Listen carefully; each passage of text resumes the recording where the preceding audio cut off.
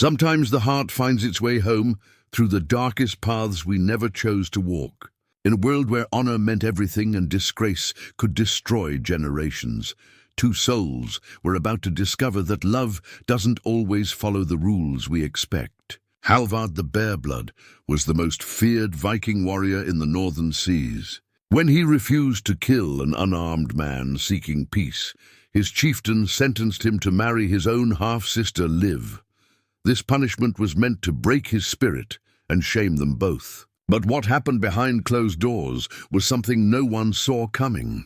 Two strangers sharing the same blood slowly began to share their pain, their memories, and their hope for something better. They found connection where the law intended only humiliation. But how do you build love when everyone calls it forbidden? Before we jump back in, tell us where you're tuning in from, and if this story touches you, make sure you're subscribed because tomorrow I've saved something extra special for you.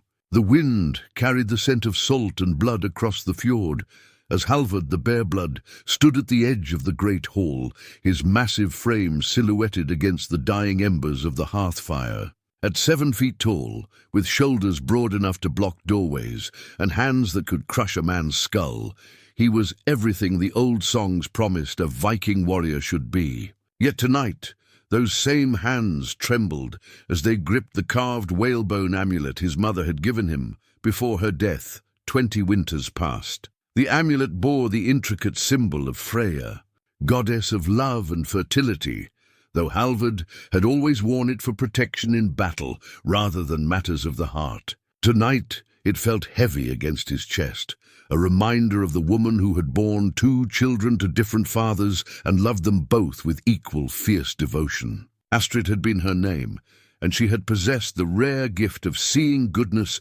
in the darkest corners of men's souls. "You have her eyes," old Bjorn had once told him, studying Halvard's face in the firelight after a particularly brutal raid.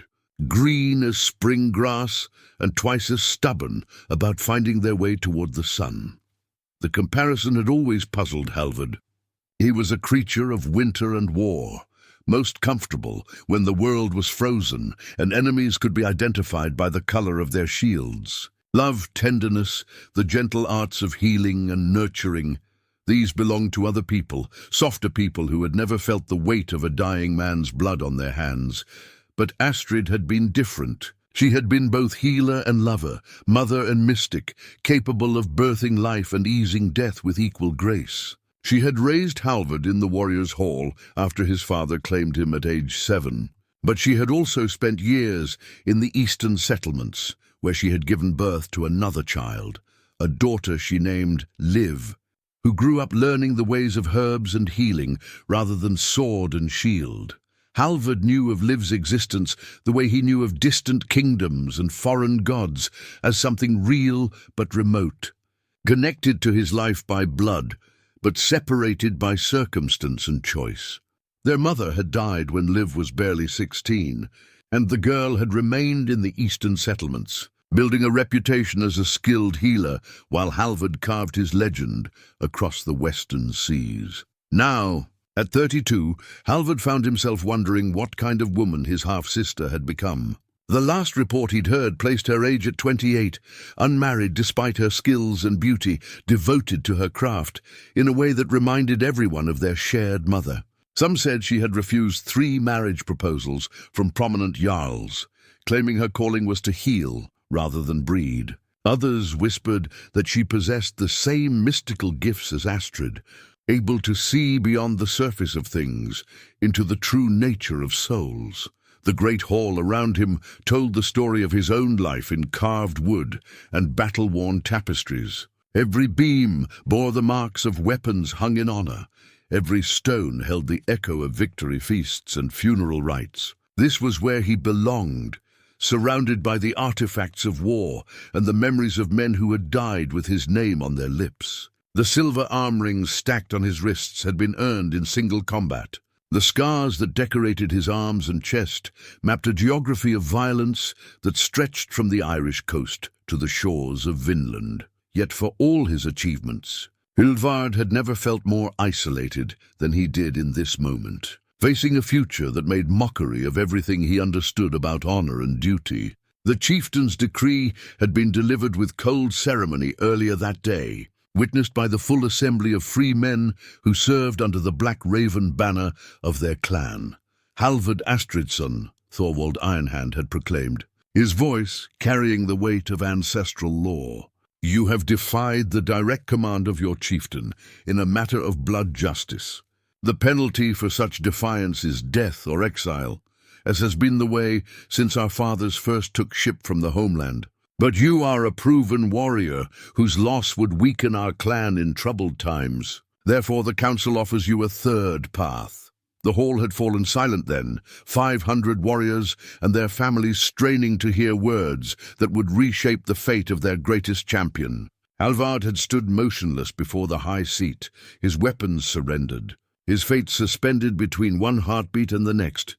You will take to wife your half-sister Liv, she who bears the blood of Astrid but dwells apart from our clan. This union will bind her to our protection and bind you to the shame of a marriage that violates the natural order. You will know neither the honor of a love match nor the dignity of alliance through marriage. You will be husband to one who shares your blood, and she will be wife to one who brings her nothing but disgrace. The ancient law was clear, even if rarely invoked. In the oldest days, when clans were smaller and survival more precarious, such unions had been permitted under extreme circumstances, usually to preserve bloodlines when war had decimated the marriage-age population.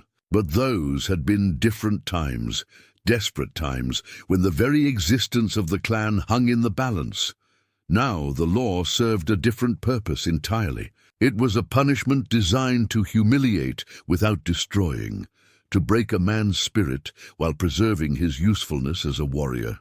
Halvard would live, but he would carry the mark of shame for the rest of his days. Any children born of such a union would bear that same mark, forever reminded of their father's disgrace and their mother's sacrifice. But it was the thought of Liv that troubled Halvard most deeply as he stood in the empty hall, watching shadows dance across the walls. She had committed no crime, made no choice that warranted such a fate. She was being pulled into his disgrace through no fault of her own, her future sacrificed to satisfy the clan's need for justice that fell short of execution. What manner of woman would she prove to be? Would she come to their marriage bed filled with resentment and fear?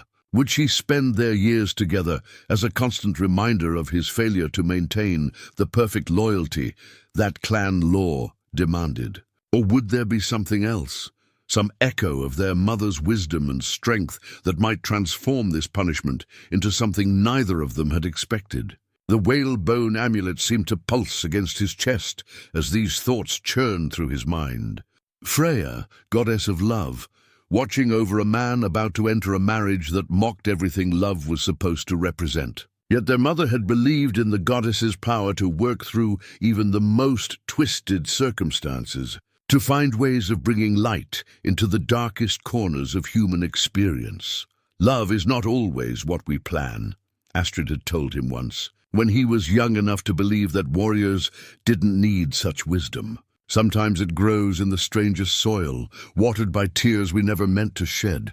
The goddess knows the difference between desire and devotion, between passion and the deeper currents that sustain a life. At the time, Halvard had dismissed such words as the romantic nonsense of a woman who had loved too easily and suffered for it.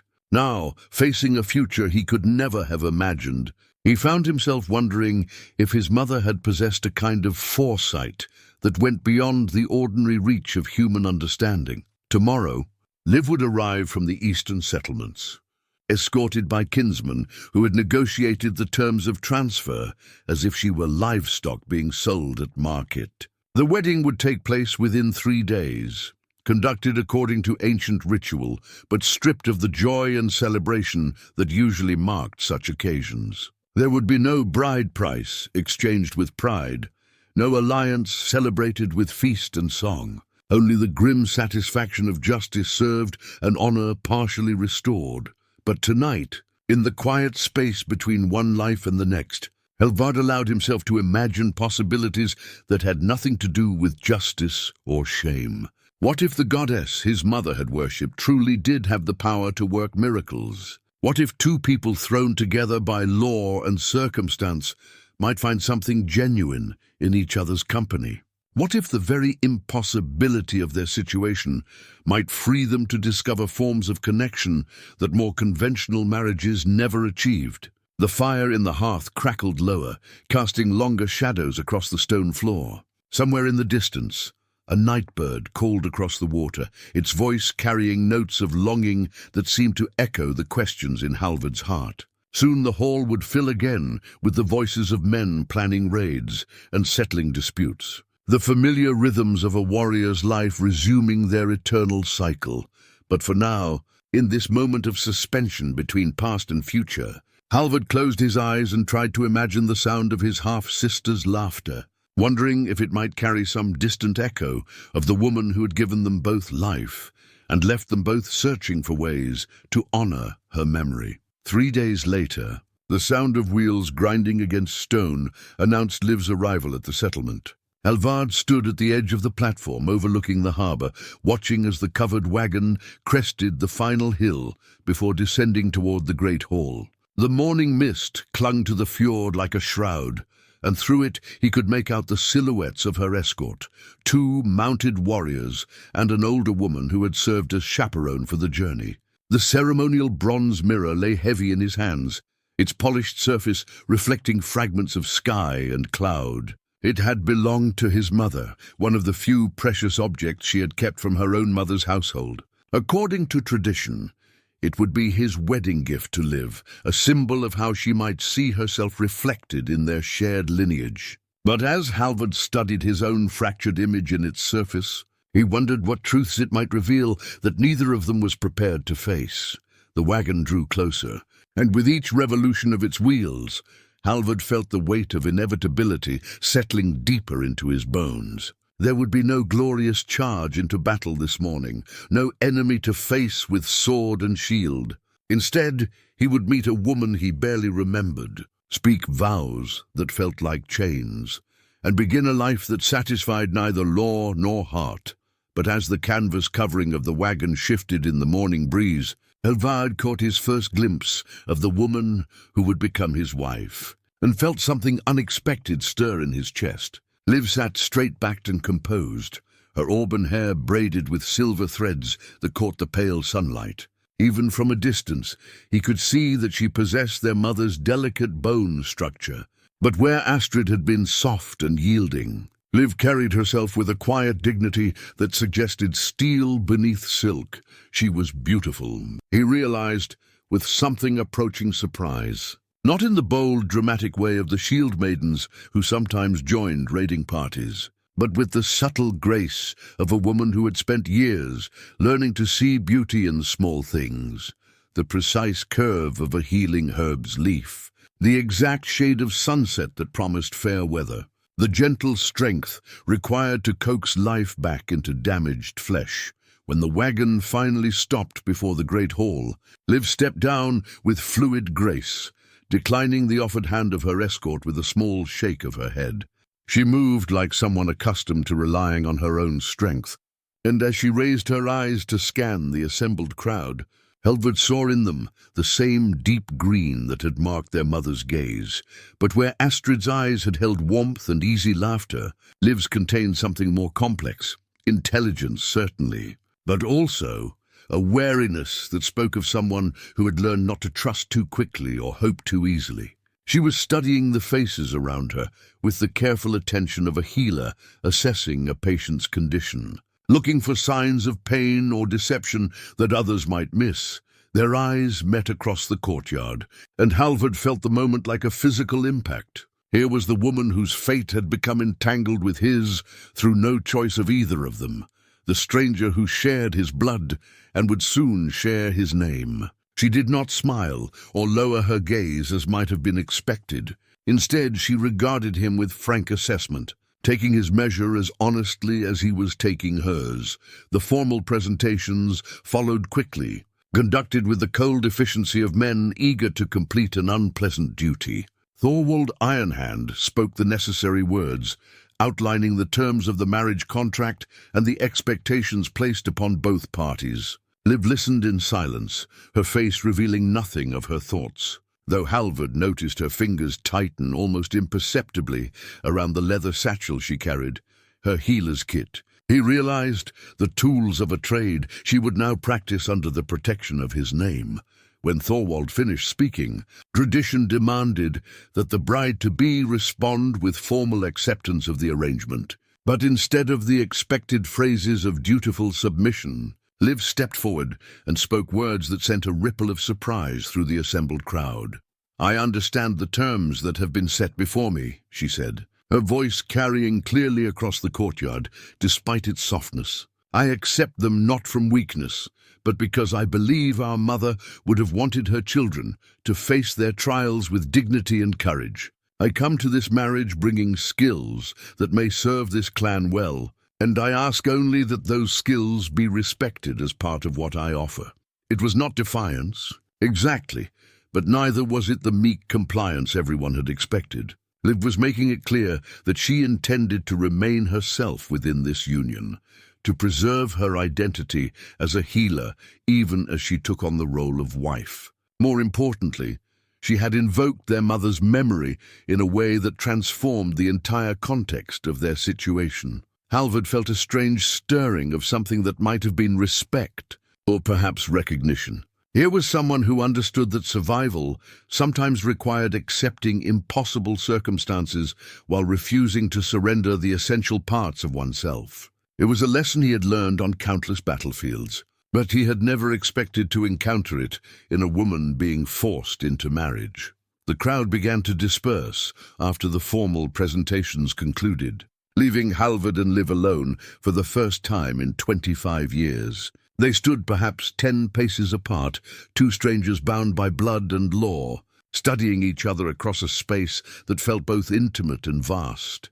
"You are larger than I remembered," Liv said finally, and there was something almost amused in her tone. "Though I suppose I was very small when we last met. I remember you as a child who asked too many questions," Halvard replied, surprised to find his own voice gentler than expected. "You wanted to know why the sky changed colors, why birds could fly but people could not, why men went to war when war brought so much sorrow. And what did you tell me then? That questions were for scholars and priests, not for warriors' children." Liv tilted her head slightly, studying his face with that same careful attention she had shown the crowd. "And now, do you still believe that questions serve no purpose?"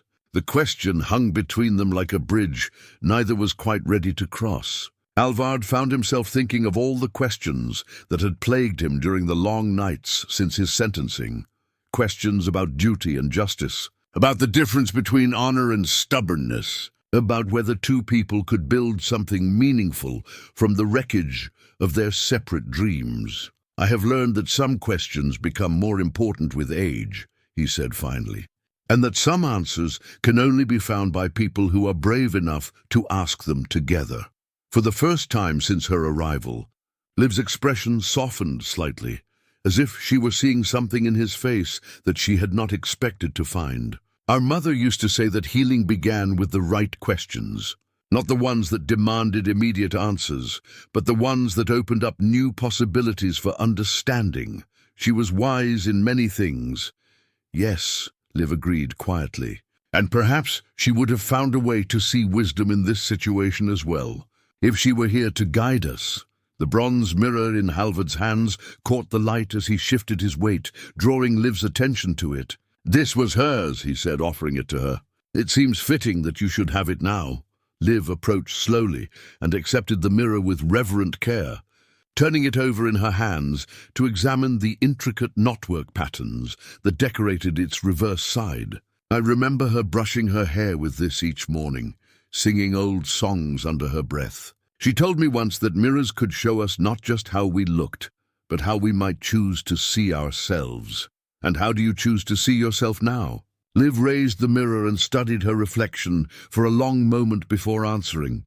"As someone who has been given an impossible task, but who refuses to believe that impossible tasks cannot sometimes lead to unexpected gifts. It was, Halvard realized, exactly the kind of answer their mother might have given.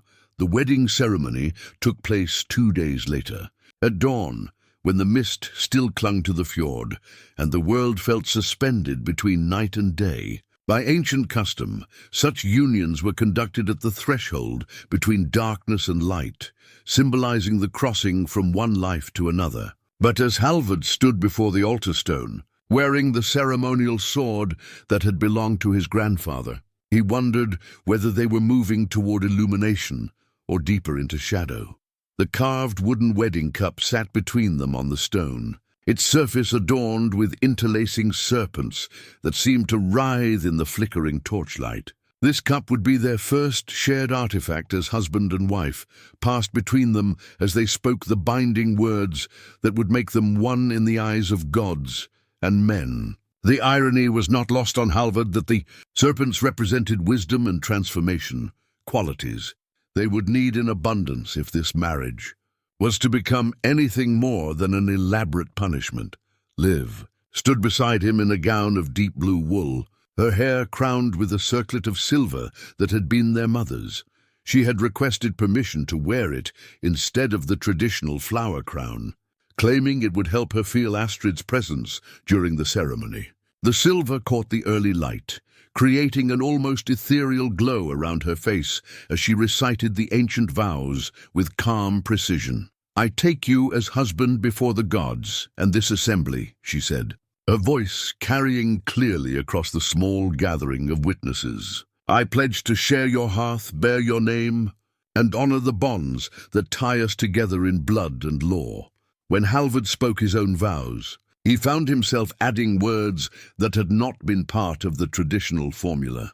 "I take you as wife, and pledge to protect not just your body and reputation, but your gifts as a healer and your right to practice the skills our mother taught you." A murmur of surprise rippled through the assembled witnesses. It was unusual for a Viking husband to make such specific promises about his wife's autonomy, particularly in a marriage that was meant to demonstrate submission to clan authority. But Halvard had spent sleepless nights considering what their mother would have wanted for her daughter, and he could not imagine Astrid approving of any union that diminished Liv's healing abilities. Thorwald Ironhand's expression darkened at this deviation from custom, but the words had been spoken before witnesses and could not be retracted. As chieftain, he had the authority to alter marriage terms, but challenging Halvard's additional vows would require him to explain why he objected to a husband protecting his wife's profession, a position that would make him appear petty and vindictive. After the ceremony concluded, the newlyweds walked together toward the small house that had been prepared for them at the edge of the settlement. It was modest by the standards of a warrior of Halvard's reputation. 2 rooms and a storage cellar, with a hearth large enough to warm the main chamber and a smaller alcove where Liv could prepare her medicines. The isolation was intentional, part of the punishment that would remind them daily of their separation from the main community. But as they crossed the threshold together, Halvard found himself thinking that solitude might prove to be a gift rather than a burden. Here, away from the constant scrutiny of the clan, they might have space to discover who they could become to each other without the weight of expectations and judgments pressing down upon them. Liv moved through the house with the efficient grace of someone accustomed to making herself at home quickly. She examined the hearthstones, tested the stability of the wooden table, and checked the ventilation around the herb-drying alcove with the professional attention of a healer assessing a new workspace. "This will serve well," she said finally, setting down her leather satchel on the table. "The light is good for fine work, and the separation from the main hall will help patients who prefer privacy for their consultations." "You intend to continue healing, then?" Halvard asked, though he already knew the answer. "Of course. Did you think marriage would change my calling?" There was a hint of challenge in her voice, as if she were testing his commitment to the promises he had made during the ceremony. "I hoped it would not." Our people need healers, and you are skilled in ways that complement the work of warriors. Liv studied his face for a moment, as if trying to determine whether his words reflected genuine belief or mere politeness. Most men would say that a wife's first duty is to her husband's household, not to strangers who come seeking remedies for their ailments. Most men have not seen what I have seen on battlefields, Halvard replied. They have not watched good warriors die from wounds that might have been healed with proper knowledge and swift treatment. Your skills serve the clan as surely as my sword does, perhaps more so. It was the longest conversation they had shared since her arrival, and Halvard was surprised by how easily the words came. In battle, he had always been a man of action rather than speech, letting his weapons speak for him when diplomacy failed. But with Liv, he found himself wanting to explain his thoughts, to build understanding between them through careful exchange of ideas rather than assumption and silence. As evening approached, they shared their first meal as husband and wife, bread and cheese, dried fish and ale served in simple wooden bowls. The wooden wedding cup sat between them on the table, a reminder of the vows they had spoken and the uncertain future they now faced together. Tell me about your work in the eastern settlements, Halvard said as they ate. What manner of ailments did you most commonly treat? Liv's eyes brightened as she began to describe her practice, the seasonal fevers that struck children in late summer, the joint pains that plagued older warriors, the difficult births that required both medicinal knowledge and steady nerves. She spoke with passion about the plants she had learned to cultivate, the techniques her mentor had taught her for setting broken bones, the satisfaction of seeing patients recover from illnesses that had seemed hopeless. Listening to her, Halvard began to understand that healing was not simply a skill for Liv, but a fundamental part of who she was. It was the lens through which she viewed the world, always looking for ways to mend what was broken, to restore what had been damaged, to bring wholeness out of fragmentation. And what of you? She asked when she had finished describing a particularly complex surgery she had performed on a warrior's sword arm.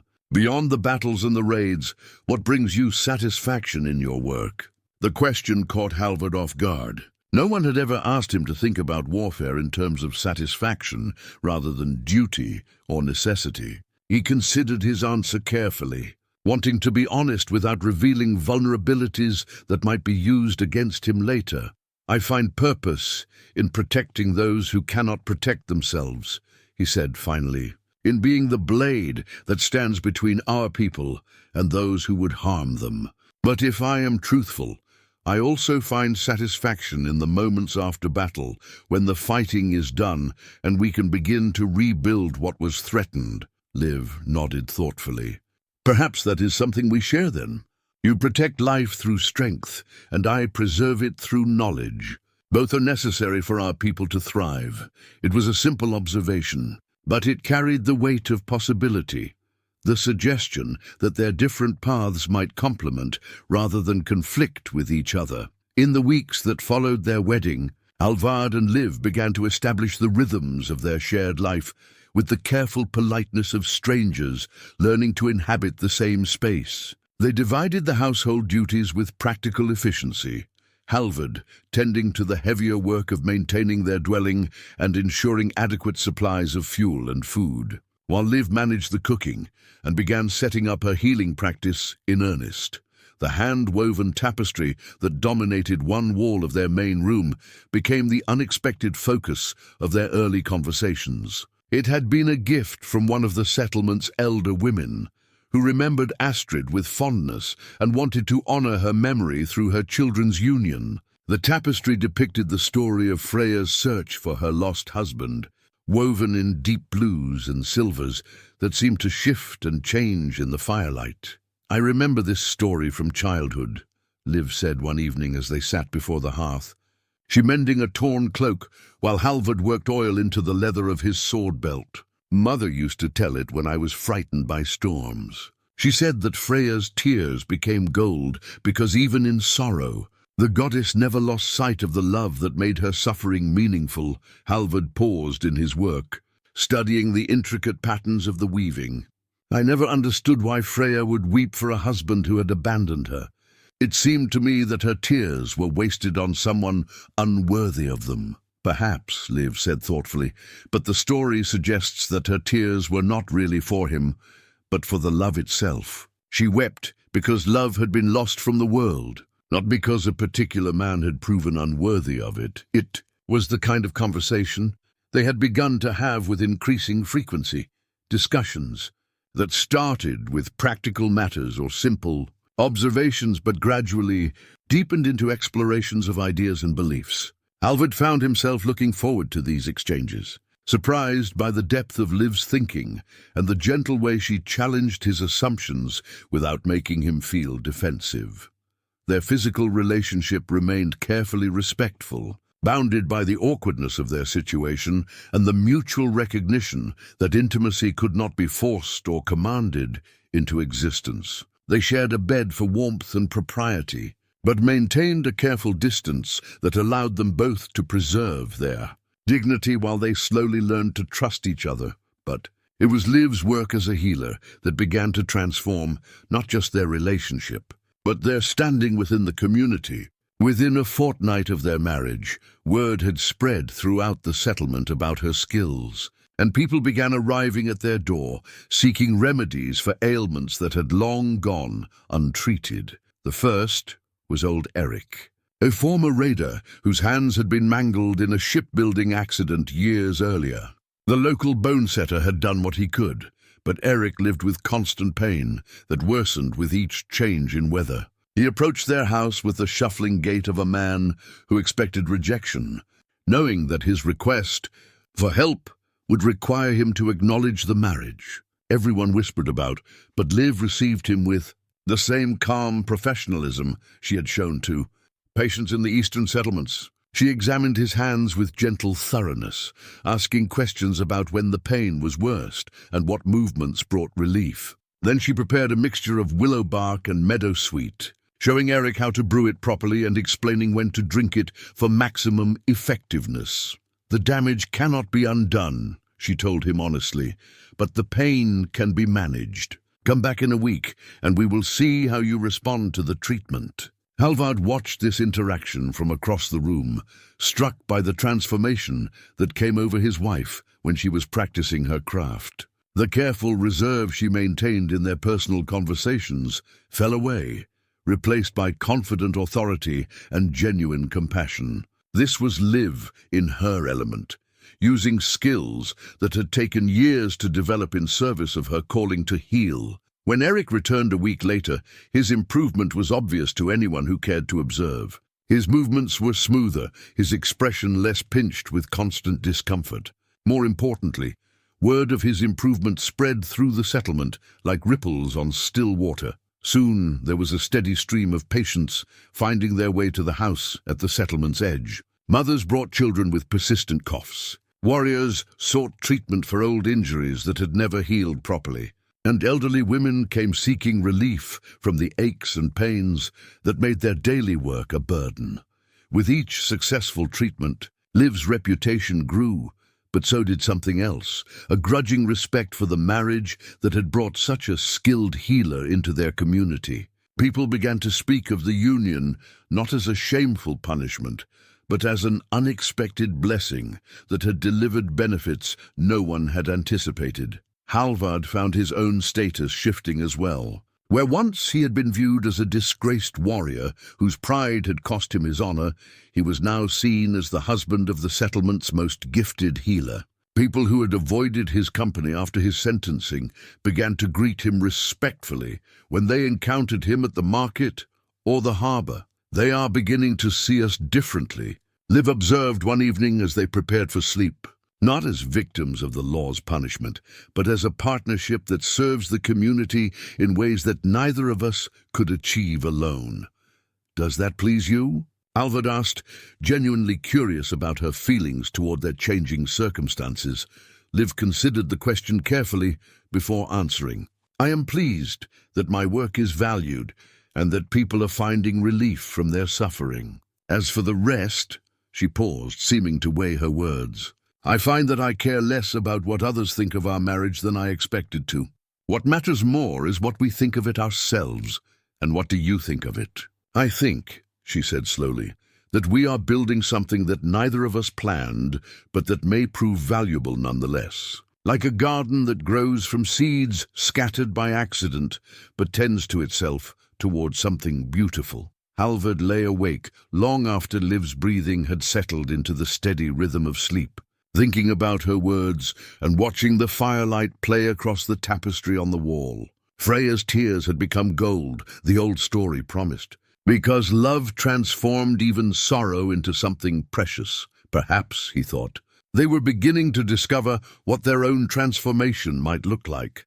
As winter deepened and the days grew shorter, Halvard and Liv found themselves drawn into a rhythm of shared domesticity that neither had expected when they first spoke their vows. The long evenings by the fire had become times of quiet companionship, filled with conversation that ranged from practical matters to stories of their separate childhoods and the memories they carried of their mother.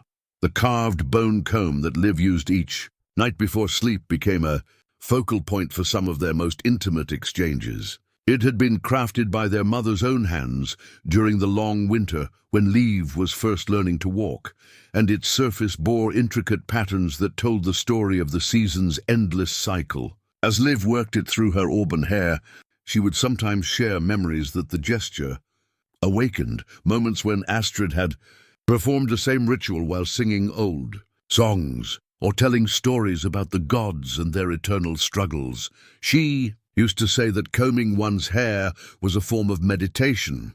Liv explained one particularly cold evening as she sat before the fire, the bone comb moving in steady strokes through the long strands, that the repetitive motion helped quiet the mind and prepare the spirit for rest. I thought it was simply superstition when I was young, but I have come to understand the wisdom in it. Halvard watched the firelight catch the copper highlights in her hair, struck by how the simple domestic scene seemed to transform their modest dwelling into something approaching a home. What else did she teach you that seemed like superstition at the time? Many things, Liv smiled, her voice carrying the warmth of cherished recollections. She insisted that healing worked best when the healer understood not just the body's ailments, but the spirit's needs as well.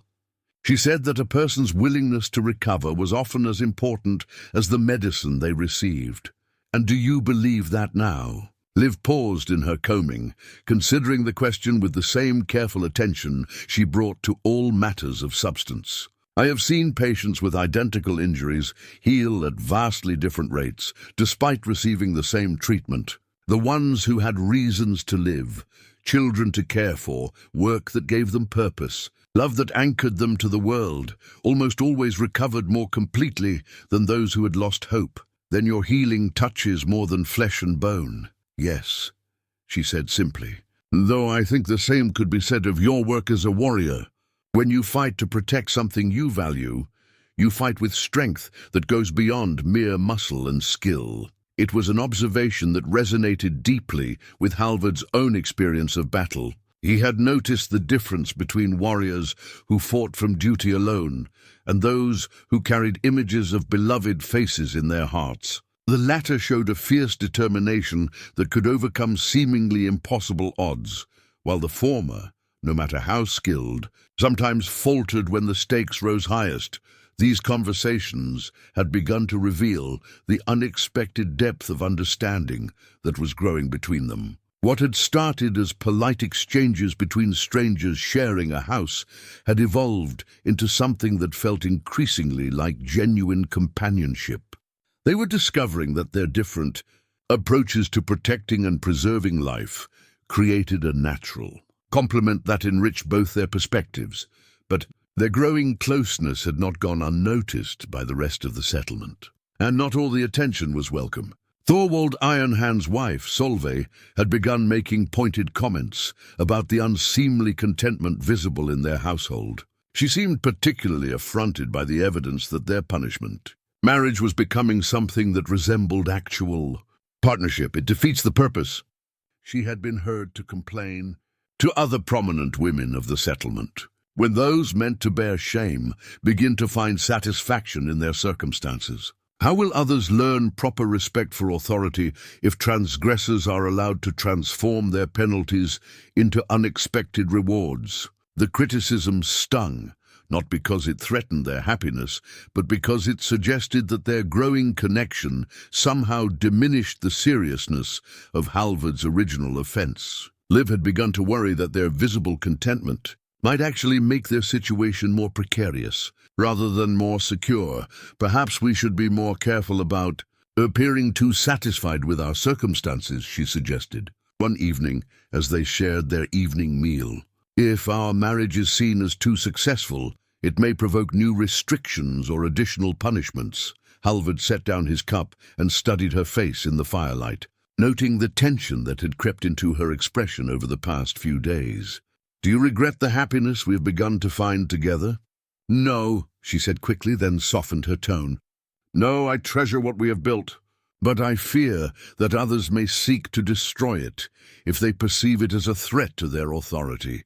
It was a legitimate concern, and one that Halvard had been grappling with himself. Their success as a partnership, both in their personal relationship and in the value they brought to the community through their combined skills, had indeed begun to overshadow the punitive intent of their union. What had been designed as humiliation was increasingly viewed as an advantageous match that benefited everyone involved. Then we must find ways to protect what we have built, he said finally. Not by hiding our contentment, but by demonstrating that our happiness serves the clan's interests rather than challenging them. How do you propose we do that? Halvard was quiet for several minutes, turning the problem over in his mind like a puzzle that required careful assembly. Finally, he spoke with the measured confidence of a strategist who had found his approach.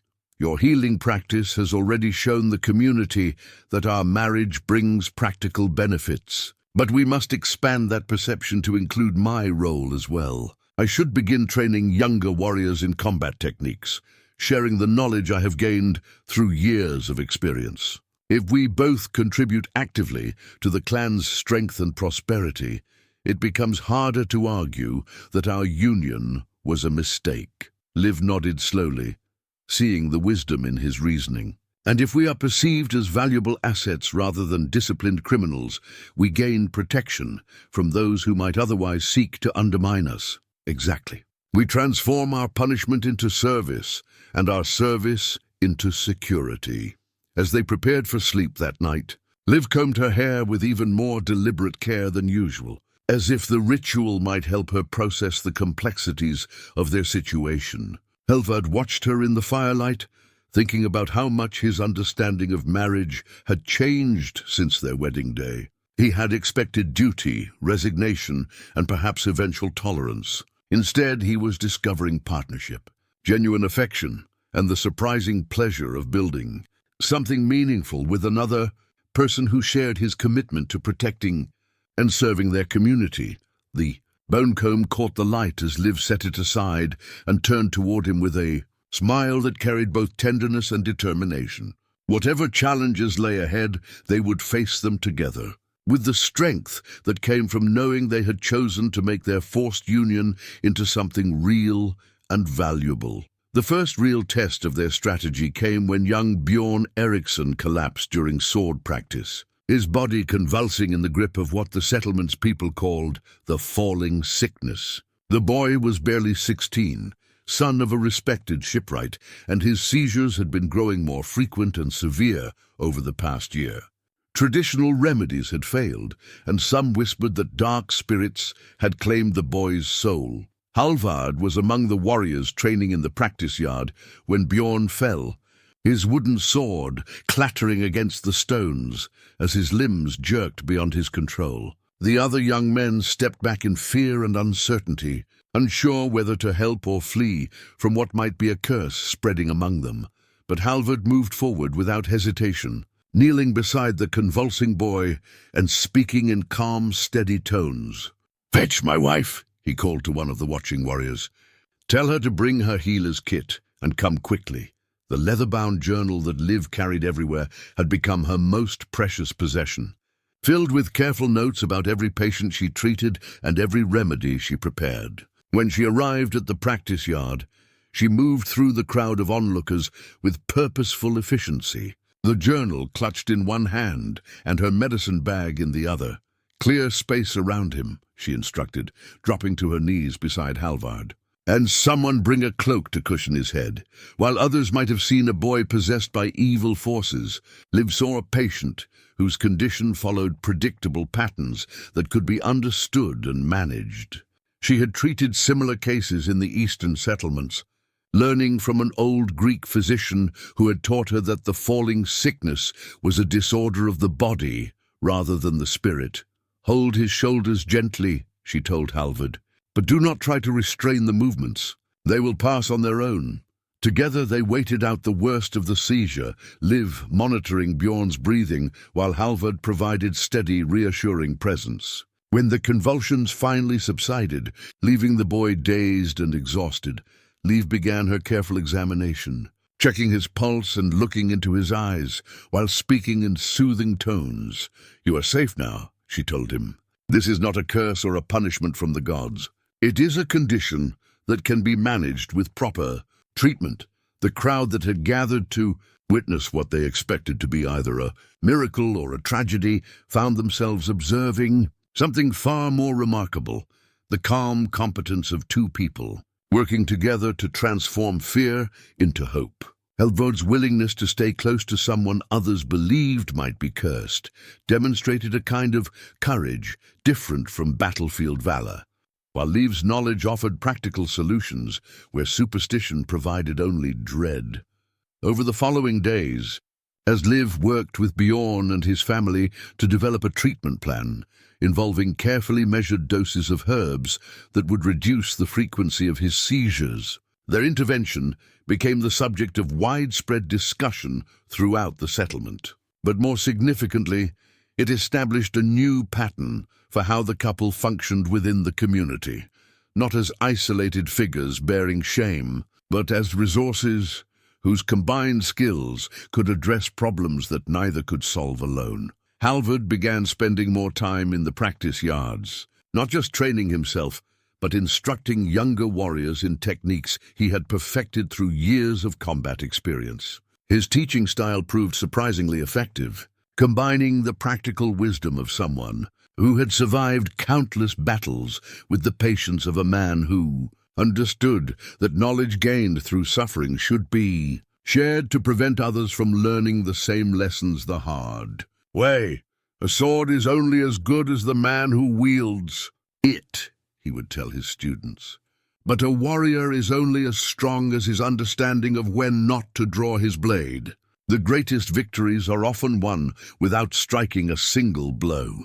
It was wisdom born from his own experience of defying orders and facing the consequences, but delivered in ways that helped young men think more carefully about the choices they would face as adult warriors. His reputation as a teacher began to rival his fame as a fighter, creating a new role that served the clan's long-term interests while demonstrating his continued value to the community. Meanwhile, Liv's practice continued to expand, but she also began teaching healing skills to interested women of the settlement.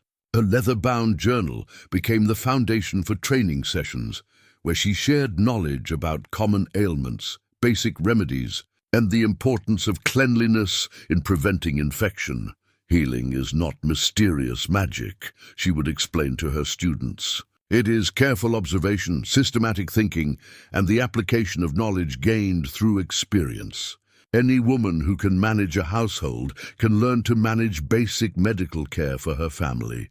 These teaching efforts served multiple purposes. They increased the overall health and medical knowledge available to the settlement, but they also created a network of women who had personal reasons to value and protect Liv's presence in their community. Each successful treatment, each life improved through her intervention, strengthened the bonds that tied her to the clan's welfare. One evening, as they sat before their fire reviewing the day's events, Liv opened her journal and showed Halvard the notes she had been keeping about their progress within the settlement's social structure. "Look at this," she said, pointing to a list of names and activities. "In the past month, you have trained 15 young warriors, helped resolve 2 disputes between neighbors, and assisted with the planning for next season's raids. I've treated 37 patients, taught healing skills to 8 women, and helped deliver 2 healthy babies.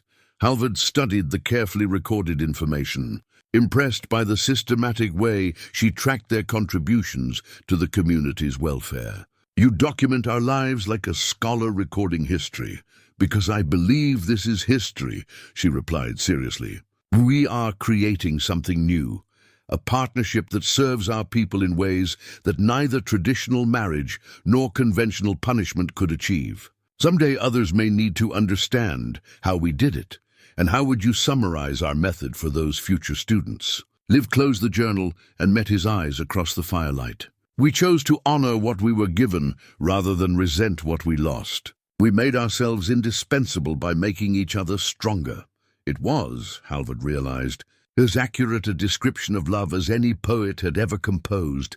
The revelation came on a rain-soaked morning in late winter, delivered by a travel-worn messenger who had ridden hard through the night to reach their settlement. Halvard was splitting firewood behind their house when the man arrived, his horse's flanks steaming in the cold air, his face bearing the grim expression of someone who carried news that would change everything. The sealed parchment scroll he carried bore the official marks of the Eastern Settlements Council, and its contents would shatter every assumption that had shaped the past months of Halvard and Liv's life together. As Halvard unrolled the document with careful hands, his eyes scanning the formal script, he felt the ground shifting beneath his feet like the deck of a ship caught in unexpected storm.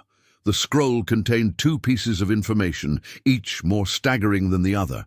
First, it revealed that Liv was not his half-sister at all, but rather the daughter of Astrid, and a different man entirely, a respected trader named Magnus Thorsen, who had died in a shipwreck when Liv was barely 2 years old. The deception had been maintained by Astrid to protect her daughter from the political complications that might have arisen from her true parentage. But the second revelation was even more profound. The messenger had been sent by the Eastern Settlements Council to inform them that Magnus Thorsen had been revealed, through recently discovered documents, to be the rightful heir to substantial holdings in the Northern Territories, lands and wealth that would now pass to his only surviving child. Liv was not just free from the blood kinship that had made their marriage a punishment. She was also the inheritor of enough wealth to make her one of the most desirable marriage prospects in all the northern clans. Halvard read the scroll 3 times, each reading confirming what his mind struggled to accept. Their entire marriage had been based on a fundamental misunderstanding. The punishment that had brought them together, the shame they had worked so hard to transform into service, the careful balance they had built within their community. All of it rested on a foundation that had never been real. More troubling still was what this revelation meant for their future. As Magnus Thorsen's heir, Liv would have every right to dissolve their marriage and claim her inheritance independently. She could return to the Eastern Settlements as a woman of property and status, free to choose any husband she wished from among the most powerful families in the region. Their union, which had begun as a punishment for his defiance, could now be ended by her choice, leaving him to face the consequences of his original offense without the mitigating factor of their successful partnership. The rain that had been falling steadily all morning seemed to intensify. As Halvard walked slowly back toward their house, the scroll clutched in hands that had begun to tremble despite his efforts to maintain composure. Through the window, he could see Liv working at her table, carefully measuring herbs for a tincture that would help old Gunnar's arthritic joints. She moved with the confident efficiency he had come to admire, completely unaware that her entire world was about to be redefined. When he entered their home, Liv looked up with the warm smile that had become as familiar to him as his own heartbeat. "The messenger looked urgent," she said, noting the scroll in his hands. "I hope it brings no ill news from the Eastern Settlements." Halvard set the parchment on the table between them, his voice carefully controlled as he spoke. The news it brings will change everything we thought we knew about ourselves and our situation. I think you should read it carefully before we discuss what it means." Something in his tone made Liv's expression grow serious as she reached for the scroll. Halvard watched her face as she read, seeing the progression of emotions that moved across her features, confusion giving way to shock, shock deepening into something that might have been fear or hope, or perhaps both simultaneously. When she finished reading, Liv set the parchment down with hands that shook slightly and raised her eyes to meet his. "We are not siblings," she said quietly, as if speaking the words aloud might help her comprehend their reality. "We never were. Your mother maintained the deception to protect you, but we were bound by a lie. And I am—" She gestured helplessly at the scroll, unable to complete the sentence. "You are a wealthy woman with the freedom to choose any future you desire," Halvard finished for her, "including the freedom to dissolve this marriage and claim your inheritance without the burden of a husband whose reputation has been tainted by defiance and punishment." They sat in silence for several minutes, the weight of revelation settling around them like a physical presence. The fire crackled in the hearth, the rain drummed against the shutters, and between them lay the scroll that had transformed their understanding of everything they had built together. Finally, Liv spoke, her voice barely above a whisper. "What happens now?" It was the question Halvard had been dreading, because it forced him to confront the possibility that everything meaningful in his life might be about to disappear. The partnership they had forged, the respect they had earned, the quiet happiness they had discovered in each other's company, all of it could end with her decision to claim the life that was rightfully hers. "That depends," he said carefully, "on what you want your future to look like." Liv picked up the scroll again, reading through it once more, as if the words might have changed since her first examination. "According to this, I could return to the eastern settlements immediately. The council has already prepared documents that would grant me full control of my inheritance, and they mention several alliance marriages that might be advantageous. Advantageous in ways that our marriage could never be," Halvard acknowledged, though the words felt like stones in his throat. "Yes," she agreed quietly. "I could marry a jarl's son, or a wealthy merchant, or any number of men whose reputations would elevate rather than complicate my social standing." "Then why do you sound as though you are considering it a burden rather than a blessing?" Liv was quiet for a long moment, her fingers tracing the carved patterns on the table's surface as she gathered her thoughts. When she finally spoke, her words carried a weight that made Halvard's chest tighten with emotions he could not name. "Because," she said, "in all their talk of advantageous marriages and elevated status, they make no mention of partnership or respect, or the satisfaction of building something meaningful with another person who values what you bring to their shared life. They speak of alliances and advantages, but not of love. And do you believe we have found love in this impossible situation?" "I believe," Liv said, meeting his eyes directly, "that we have found something more valuable than love. We have found the ability to choose each other, not because law or circumstance demands it, but because we have discovered that our lives are better together than apart." The scroll lay between them, offering freedom and wealth and the chance to begin again with clean reputations and unlimited possibilities. But as Halvard looked into Liv's eyes, he saw the same recognition that was growing in his own heart, that some gifts came disguised as punishments, and some freedoms were less valuable than the bonds chosen freely by two people who had learned to see each other clearly. The 3 days that followed the messenger's arrival passed like a fever dream, filled with whispered conversations, urgent meetings, and the kind of tension that made even routine tasks feel weighted with significance. Word of Liv's true parentage and inheritance had spread through the settlement with the speed of wildfire, transforming her overnight from a shamed woman bearing punishment into one of the most sought-after individuals in the Northern Territories. The golden arm ring that Thorwald Ironhand sent as a personal gift became the symbol of how dramatically their circumstances had changed. It was a piece worthy of a jarl's daughter, crafted with intricate knotwork that spoke of both wealth and respect. But as Liv turned it over in her hands, examining the precious metal that caught the firelight, she seemed more troubled than pleased by its implications. "He seeks to curry favor," she observed quietly, setting the arm ring on the table between them. "Yesterday I was the instrument of your punishment. Today I'm a potential ally whose goodwill might prove valuable in future negotiations." Halvard watched her face in the firelight, noting the way her expression had grown increasingly distant since the revelation of her inheritance. She had been polite but reserved with the stream of visitors who had found reasons to call upon them, accepting their congratulations and offers of assistance with the same careful politeness she might have shown to strangers in a market. "Does it anger you? The way they have changed their treatment of you?"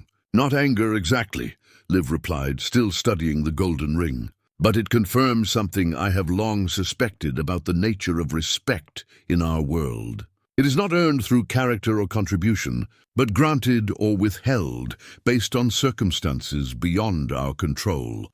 The Eastern Settlements Council had sent a second messenger that morning, bearing formal documents that would allow Liv to claim her inheritance immediately.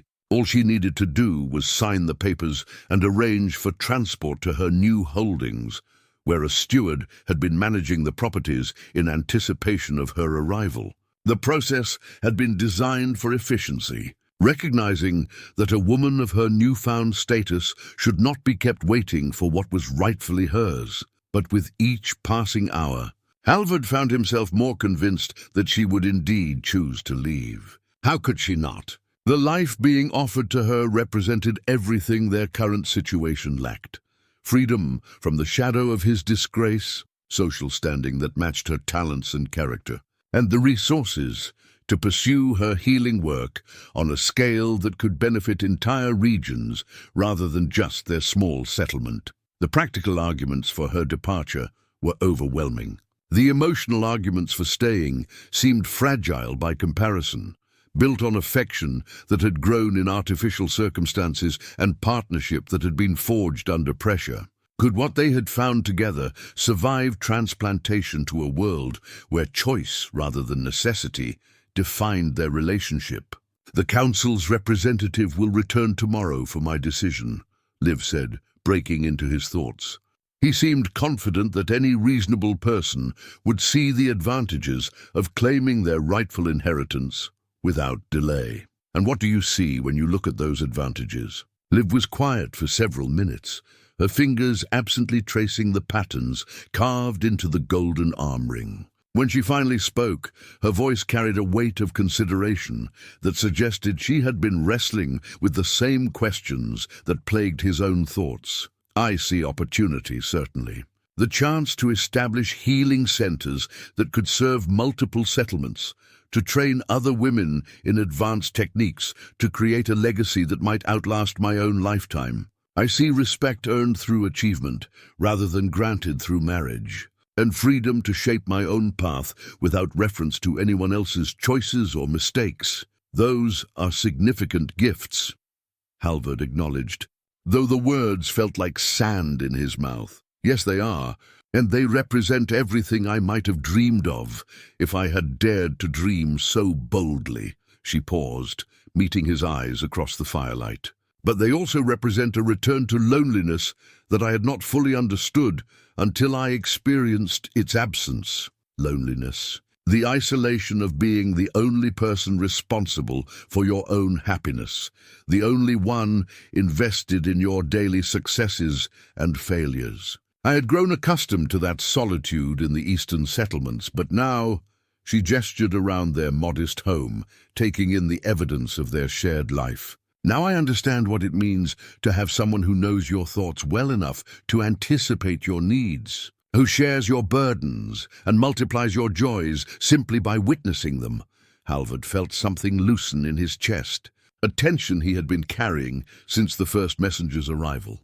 "You sound as though you have already reached your decision." "I have reached several decisions, actually. The question is which one I will choose to act upon," Tell me about them. Liv picked up the golden arm ring and slipped it onto her wrist, testing its weight and studying how it looked against her skin. The first decision would be to accept the council's offer immediately and completely. I would return to the eastern settlements, claim my inheritance, and begin building the kind of healing practice I have always imagined. I would be free to marry for love or advantage as I chose, and our time together would become simply an interesting chapter in a larger story. She paused, removing the arm ring and setting it aside before continuing. The second decision would be to reject the inheritance entirely, remain here as your wife, and continue the life we have built together. We would preserve our partnership, but I would always wonder what opportunities I had sacrificed, and you would carry the burden of knowing that I had chosen limitation over expansion for your sake. And the third decision would be to claim my inheritance, but structure it in a way that enhances rather than replaces what we have created together. I could establish healing centers in multiple settlements, including this one, creating a network that would benefit entire regions while maintaining our base here. You could continue your work training warriors, perhaps expanding it to include young men from allied clans. We could build something larger than either of us could achieve alone, while preserving the partnership that has become precious to both of us. Halvard studied her face, seeing the careful thought that had gone into this analysis. That sounds like the choice of someone who wants everything, rather than accepting the limitations that reality imposes. Perhaps, Liv agreed. Or perhaps it is the choice of someone who has learned that the most valuable things in life are often those we build rather than those we inherit. And what does your heart tell you about these options? Liv stood and moved to the window, looking out at the settlement where they had transformed punishment into partnership, disgrace into service. My heart tells me that love is not just about finding someone you want to spend your life with, but about becoming someone worthy of the life you want to build together. Then you believe we have found love, despite the circumstances that brought us together? I believe, she said, turning back to face him with eyes that held both tenderness and determination, that we have found something better than love. We have found the ability to choose each other freely, with full knowledge of what that choice costs and what it offers. The golden arm ring gleamed on the table between them, representing both the freedom to leave and the resources to stay and build something unprecedented. Tomorrow, the council's representative would return for her answer, and their future would be decided by words that could not be taken back. But tonight, in the quiet space before choice became action, Halvard found himself thinking that some decisions were less about weighing options than about recognizing truths that had been growing quietly in the heart while the mind was busy with other concerns. And the truth that had been growing in his heart was that Liv had become not just his wife or his partner, but the person he most wanted to become worthy of. Whatever challenges that might bring, the council's representative arrived precisely at midday, as he had promised, riding into the settlement with an escort of 3 armed men and the confident bearing of someone accustomed to conducting business that would reshape lives. Magnus Eriksson was his name, a silver-haired man whose expensive cloak and well-maintained weapons marked him as someone who moved comfortably between the worlds of commerce and politics. The silver-inlaid drinking horn he carried was clearly meant as both gift and statement. Its value spoke of the wealth that awaited Liv's acceptance, while its craftsmanship demonstrated the level of refinement she could expect in her new life. As he presented it to her with formal courtesy, Magnus made it clear that he viewed her decision as a mere formality, the obvious choice of any sensible woman presented with such opportunities. The steward reports that your properties are in excellent condition, he informed Liv as they sat in the main room of their modest house. The timber harvests have been particularly profitable this year, and the livestock breeding program has exceeded all expectations. You would be assuming control of holdings that generate more wealth in a single season than most jarls see in a lifetime. Halvard remained silent during these discussions, understanding that his role was to witness rather than participate in negotiations that would determine his wife's future. But he watched Liv's face carefully, noting the way she asked detailed questions about the properties, management and the obligations that would come with ownership. What of the people who currently depend on these holdings for their livelihoods? She inquired. The workers, the tenant farmers, the families who have made their homes on these lands? Magnus seemed surprised by the question, as if the welfare of common people was an unusual concern for someone discussing inheritance matters. They are naturally included in the transfer, he replied. You would assume responsibility for their well-being, though you would also have the authority to make whatever changes you deemed necessary for improved efficiency. And the healing work I have established here, good provisions be made to continue serving this settlement while I manage my inherited responsibilities. I suppose arrangements could be made for periodic visits, Magnus said, with the tone of someone humoring an unrealistic request. Though I must point out that your new status would require you to focus on matters of significantly greater scope and importance. You would have the resources to employ other healers to serve these more modest communities. Liv exchanged a glance with Halvard, and he saw in her eyes the same recognition that was crystallizing in his own mind, that the council's representative viewed their current life as something to be discarded rather than preserved, an unfortunate interlude that would be forgotten once she assumed her proper place in society. I appreciate the council's thoroughness in preparing for my transition, Liv said carefully, but I require some clarification about the terms of inheritance. Would I be obligated to relocate permanently to the eastern settlements, or would I have flexibility in how I manage my holdings? The expectation would be that you would establish your primary residence where your primary responsibilities lie, Magnus replied, though naturally you would have freedom to travel as your affairs required. And what of my current marriage? How would that factor into the inheritance arrangements? Magnus's expression grew slightly uncomfortable, as if he had hoped to avoid this particular complication. The council recognizes that your marriage was contracted under unusual circumstances that no longer apply. Documents have been prepared that would allow for an amicable dissolution, freeing you to make alliance matches that would better serve your new position. I see. Liv's voice remained perfectly neutral, but Halvard caught the subtle tension that had entered her posture. And if I chose to maintain my current marriage, would that affect my ability to claim the inheritance? Not legally, no. But it would certainly complicate your social standing and limit your options for strategic alliances. A woman of your wealth and status could command marriage proposals from the most powerful families in the Northern Territories. It would be, he paused, searching for diplomatic phrasing. It would be unfortunate to limit such opportunities for sentimental reasons. The silver-inlaid horn sat on the table between them, catching the afternoon light that streamed through their window. In its polished surface, Halvard could see distorted reflections of their modest home, the healing herbs drying in bundles, the simple wooden furniture they had arranged together, the evidence of a life built through shared purpose rather than inherited privilege. I understand the council's position, Liv said finally, and I am grateful for their efforts to prepare for my smooth transition to my inheritance. However, I will need until sunset to provide my final decision. Magnus looked as though he might object to any further delay, but something in Liv's tone made it clear that this was not a request subject to negotiation. Very well, he agreed reluctantly. I will return at sunset for your answer.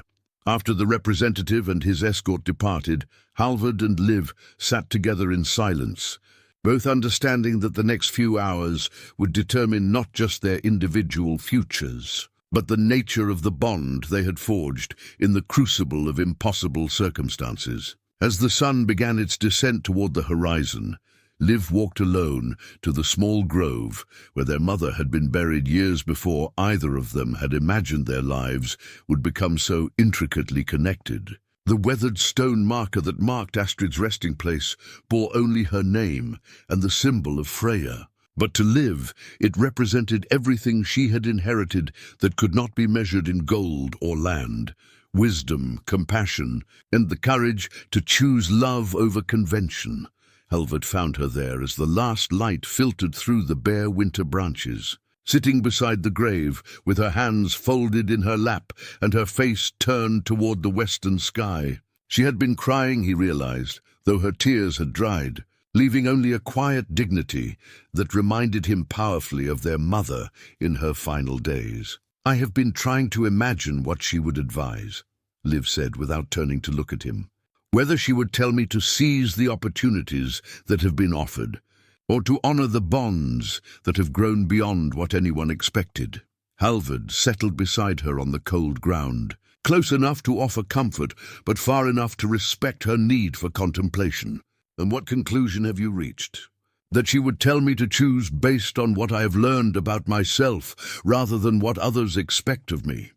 Liv touched the stone marker gently, as if drawing strength from the connection to their shared past. She spent her life making choices that others questioned, loving men who could not marry her, raising children in circumstances that brought whispers and judgment, practicing healing arts that some called witchcraft. She also spent her life serving others. Despite the personal cost, yes. And I think that is what she would want me to remember now, that the value of a choice lies not in how it appears to others, but in how it allows us to serve something larger than our own immediate desires. The sound of approaching footsteps announced Magnus Eriksson's return, accompanied by his escort and a growing crowd of settlement. Residents who had come to witness the decision that would either preserve or transform the partnership that had become central to their community's life. Thorwald Ironhand was among them, his expression unreadable as he positioned himself where he could observe the proceedings. Liv rose from beside their mother's grave and walked back toward the settlement with Halvard at her side, her bearing calm and resolved. When they reached the central courtyard where Magnus waited with obvious impatience, she accepted the formal documents he had prepared and examined them carefully before speaking. "I accept my inheritance," she announced, her voice carrying clearly across the assembled crowd. "But I accept it on terms that honor both my responsibilities as Magnus Thorson's heir and my commitments as a member of this community." Magnus's expression brightened with satisfaction, but his smile faded as Liv continued speaking. "I will establish my primary healing center here, in this settlement, expanding it to serve multiple communities throughout the region. I will use the resources of my inheritance to create a network of trained healers who can provide care that has never been available before in these territories. And I will do this as the wife of Halvard Astridsson, whose partnership has proven invaluable to everything I have accomplished." A murmur of surprise rippled through the crowd. This was not the choice anyone had expected, neither complete departure nor simple rejection of opportunity, but something entirely new that redefined the terms of the inheritance itself. Magnus sputtered protests about the council's expectations and the impropriety of refusing more advantageous marriage arrangements. But Liv cut him off with a gesture that carried the authority of someone who had just claimed significant wealth and the independence it provided. "The inheritance is mine to manage as I see fit," she said firmly. "I choose to use it in service of healing and partnership rather than status and alliance.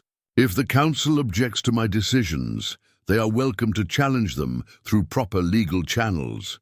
It was a masterful assertion of both rights and responsibilities, delivered with the confidence of someone who understood exactly what she was choosing and why. Halvard felt a surge of admiration that went beyond anything he had experienced in battle. This was courage of a different kind, the bravery required to forge a new path when conventional wisdom offered only familiar limitations. Thorwald Ironhand stepped forward, his weathered face showing a mix of surprise and what might have been grudging respect. "You would use inherited wealth to strengthen this settlement, rather than seeking elevation elsewhere." "I would use it to create something that has never existed before," Liv replied. a partnership between warrior and healer, between individual prosperity and community service, between the old ways of thinking and new possibilities for what marriage and inheritance might accomplish. The stone marker in the grove seemed to catch the last rays of sunlight, as if Astrid herself were offering approval for a choice that honored both tradition and transformation. 5 years later, the morning sun illuminated a settlement transformed beyond recognition from the small community where Halvard had once faced his punishment. The expanded healing center occupied 3 new buildings, constructed with the finest materials Liv's inheritance could provide, while the enlarged training grounds where Halvard instructed warriors from across the northern territories bore witness to a reputation that had spread far beyond their original borders. The illuminated manuscript that lay open on the great table in their home's main room represented the culmination of everything they had built together. Its pages, painted in rich colors and bound in leather worked with gold, contained not just the most comprehensive collection of healing knowledge ever assembled in their region, but also detailed accounts of how their unconventional partnership had created something entirely new in Viking society. Liv sat at the table in the early morning light, adding final touches to the manuscript's latest section, a detailed account of treating battlefield injuries that combined her medical expertise with Halvard's intimate knowledge of how warriors sustained damage in combat. The work represented years of collaboration, each page reflecting their complementary skills and the deep understanding they had developed of each other's strengths. "The scribes from the monastery have arrived," Halvard announced as he entered their home, his massive frame filling the doorway as it had on that first morning when she had come to this place as a reluctant bride. But now his presence brought warmth and anticipation rather than uncertainty and fear. "Good," Liv replied, carefully setting aside her writing materials. Brother Aldrich was particularly interested in the sections about preventing infection in wounds. He believes their monastery's library should preserve such knowledge for future generations. The manuscript would be copied and distributed to healing centers throughout the known world, carrying their innovations far beyond the boundaries of Viking territory. It was a legacy that neither of them could have imagined when they first spoke their reluctant vows. But it felt like the natural culmination of everything they had learned about turning limitation into opportunity. Through the window, they could see the daily bustle of their expanded community. Young women from distant settlements arrived regularly to study healing arts under Liv's instruction, while warriors seeking advanced training made pilgrimages to learn from Halvard's experience. Their small house at the settlement's edge had become the heart of something unprecedented, a center of learning and innovation that drew visitors from across the northern seas. Bjorn Eriksson sends word that his seizures have remained mild and manageable, Halvard reported, settling into the chair beside her.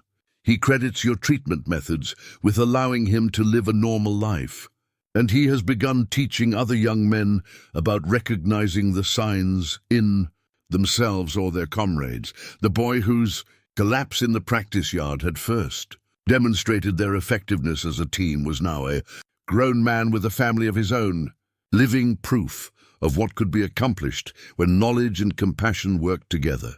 His success had become a symbol throughout the region of the new possibilities their partnership represented. "And what news from the eastern settlements?" Liv asked, though she already suspected the answer from the satisfied expression on her husband's face. 3 more communities have requested the establishment of healing centers based on our model. They are particularly interested in the training programs that combine medical knowledge with practical battlefield experience. Halvard smiled, an expression that had become far more frequent over the years as their work continued to expand and flourish. It seems that love and partnership have proven more attractive than law and punishment as foundations for building useful institutions. Liv closed the manuscript and turned to face him fully, still struck sometimes by how completely her understanding of happiness had been transformed by the choice to stay and build rather than leave and inherit. The wealth she had claimed remained substantial, but it had become a tool for service rather than simply a marker of status. "Do you ever regret the path we chose?" she asked, though it was a question they had explored many times over the years. The complications, the unconventional arrangements, the constant need to prove ourselves worthy of the life we claimed. Halvard reached across the table to take her hands in his, the same gesture of partnership that had become their greeting, their comfort, and their promise renewed each day. "I regret only that it took punishment to bring us together, when we might have found each other through choice if we had been wiser or more fortunate. But would we have recognized what we could become together if we had not been forced to discover it under pressure?" It was a question that had no definitive answer, but it spoke to the mystery of how their greatest trial had become their greatest gift. What had begun as a marriage designed to humiliate and constrain had evolved into a partnership that created opportunities neither could have achieved alone. As the day progressed, with its familiar rhythms of teaching, healing, and planning for future expansions of their work, Liv found herself thinking about the illuminated manuscript and the story it told of transformation. Their lives had become a testament to the possibility that love could grow from the most unlikely circumstances, that partnership could be chosen even when it was initially imposed, and that service to others could transform personal limitation into communal blessing. The bronze mirror their mother had left them sat on a shelf nearby, its surface still reflecting not just faces but possibilities. When Liv looked into it now, she saw not a woman who had sacrificed opportunity for sentiment, but someone who had discovered that the greatest opportunities often arose from the courage to honor both inheritance and choice, tradition and innovation. Individual gifts and shared purpose, in the end, she thought. They had found something more valuable than either punishment or reward. They had found the freedom to become who they were meant to be together.